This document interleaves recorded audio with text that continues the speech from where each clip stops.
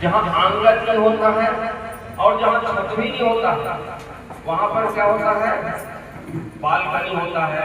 उस बालकनी में हम टेरेस गार्डन के माध्यम से फूल और फल, कुछ सब्जी भी, बेल वाली सब्जी भी हम लगाते हैं जैविक पद्धति से। तो आइए हम सब मिलकर जो ये कार्यक्रम की रचना किए हैं, दीप प्रज्वलन का समय है। जितने भी अभ्यागत शिक्षक बंधु हैं, गुरुजन हैं, आप सभी से विनम्र निवेदन, आप आइए और दीप प्रज्वलन का कार्यक्रम आप संपादित। गाय आधारित खेती नहीं हो रही है। आज हम ट्रैक्टर का उपयोग कर रहे हैं और ट्रैक्टर के कारण हमारे खेत में बहुत सारे जीवाणु हैं वो मर जाता है। वही जीवाणु गाय के गोबर से आपको जीवाणु बनता है, केचुआ जो जमीन को गोला करता है और जिससे हमारा जल स्रोत बढ़ता है। गोबर और गौमूत्र नहीं रहेगा, गौमूत्र हमारे जल को प्रदूषण होने से बचाता है। ऐसी हमारी मिट्टी की उर्वरकता गोबर से होती है। मेरे पास कल ही एक वाटर ट्रीटमेंट के लिए एक आए थे, तो मैंने कहा कि भैया आपका विचार और मेरा विचार उत्तर दक्षिण है। बोले कि कैसे?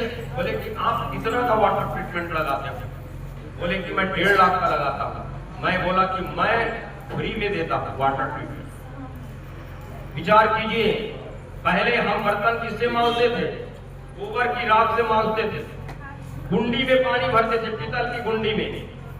वो इतना वैज्ञानिक उसका लाभ होता था। अब विचार कीजिए, आज हम किससे बर्तन मांज रहे हैं? डिटर्जेंट से मांज रहे हैं। ये डिटर्जेंट हम धोए जितना भी धोए, लेकिन अंत में कुछ ना कुछ उसका अंश रखता है।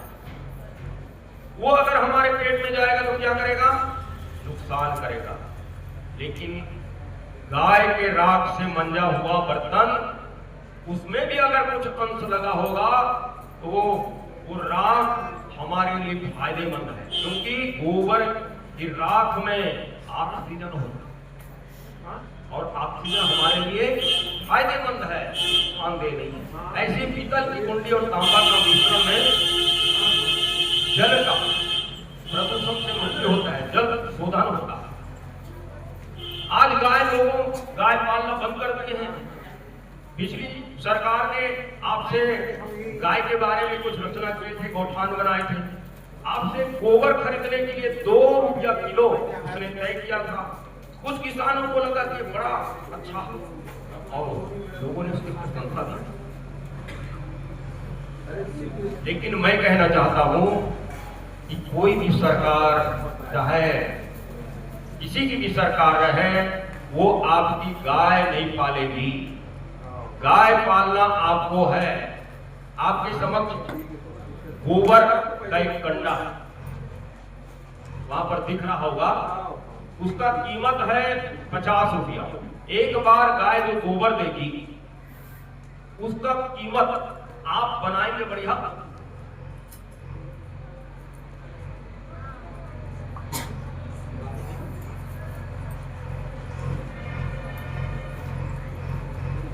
गोबर का कंडा का विशेष महत्व है।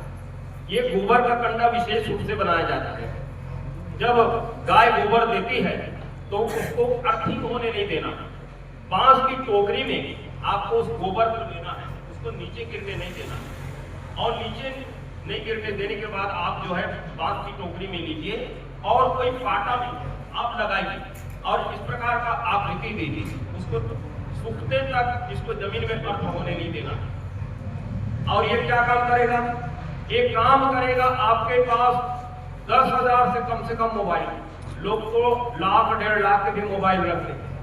उसमें जो रेडिएशन होता है, उस रेडिएशन को दूर करने का किसी भी वैज्ञानिक तंत्र के पास कोई व्यवस्था नहीं।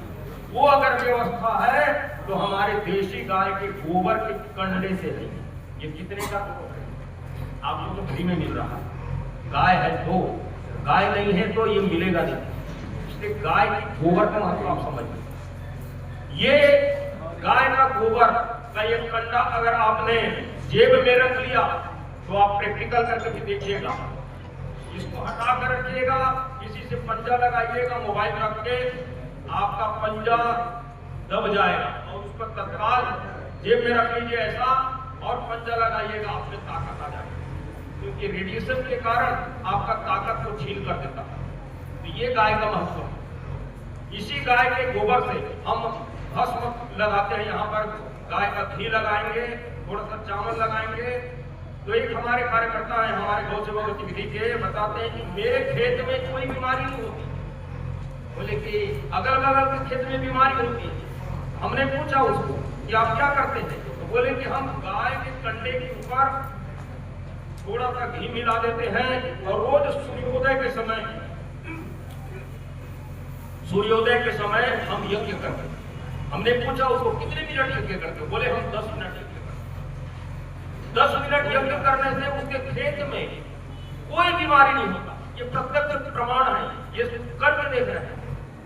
वातावरण को कई प्रकार का ये सुगंधित और ऑक्सीजन से भर देता है। तो गाय के बारे में आप ये भी जानते होंगे कि गाय एक ऐसा प्राणी है जो 24 घंटे ऑक्सीजन देती है, ऑक्सीजन लेती है और ऑक्सीजन देने वाली पूरे संसार में अगर कोई प्राणी है तो वो गौ माता है। ऐसा संसार में कोई दूसरा प्राणी नहीं है। और गाय का मतलब हमारी देसी गाय। इस देसी गाय का प्रताप देखिए, हमारी छत्तीसगढ़ की कोसली गाय, जिसका नाम कोसली है, आपके पुस्तक में लिखा होगा। महाराज दशरथ को पुत्र नहीं हो रहा, उसका बुढ़ापा का समय आ गया, गुरु वशिष्ठ के शरणागत हुए। गुरु वशिष्ठ जी ने विचार किया कि महाराज दशरथ को कैसे पुत्र होगा, क्योंकि इतना दिन तक तो हुआ नहीं, तो कैसे होगा, क्योंकि इसके यहाँ तो परमात्मा का अवतार होने वाला है।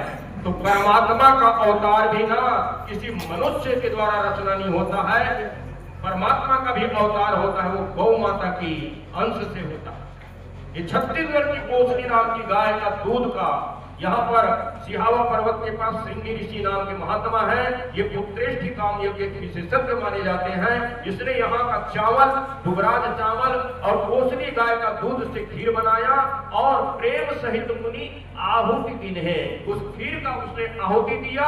यज्ञ भगवान उस खीर की आहुति को लेकर चरों में प्रकट हुए और माता कौशल्या, माता सुमित्रा और माता कैकेयी, इन तीनों को ये खीर प्रसादी के रूप में प्राप्त हुआ और उस प्रसादी के फलस्वरूप हमको 4 भगवान मिले। और